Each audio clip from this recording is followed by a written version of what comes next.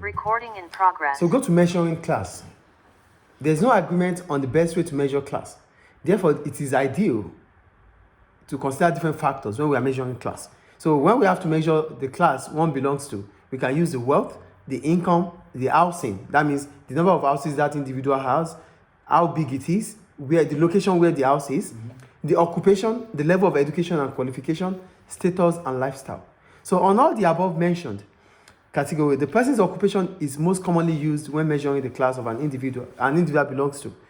Why do we use occupation? Because when you talk about occupation, it links your income, it links your status, and it links your living standards. So wealth, income, housing, occupation, level of education and qualification, status and lifestyle, all these things are in occupation. So the kind of occupation you have determines the rest of others. So the best way to measure the class an individual belongs to is through its occupation. Do you get the point there? Yeah. So because occupation can also be, because the occupational structure allows you to be where you want to be. Because with your occupation, it determines your income level. It determines your status in the society. Do you understand? Yeah. So because there's hierarchy in occupation, we call it occupational structure. Okay. Do you get it? Yeah. So it means it's either you are up there or you are below. In terms of your occupation takes you higher or puts you lower. It's the occupation, is the role. Or... Occupation is your job. Job. Yeah. Okay, yeah. Do you understand? Yeah, So for occupation, we have two types of occupation. We have the white collar occupation or the blue collar occupation.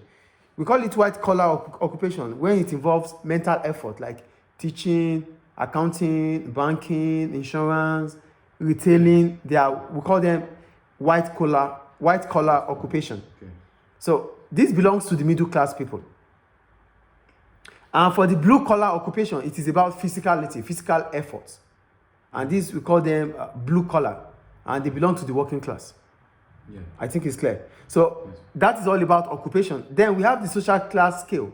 So with our occupation, with the job we do, there is a scale in terms of ranking of the kind of jobs we do or the kind of occupation we have. Yeah. We have the professional and the managerial.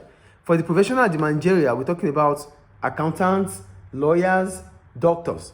They are part of professional and managerial. Yeah. Then we have the intermediate, which is the second class, which are teachers or large farmers. Then we have the non-manual skilled, which are part of the police officers and sales representatives. We have the manual skilled, electricians, bus drivers, car drivers. We have the semi-skilled, farm workers, postal deliver people. Then we have the unskilled manual, laborers or cleaners. So these are the scale of social class in terms of occupation. I think it's clear. Yeah. So the next lesson will be the type of classes we have.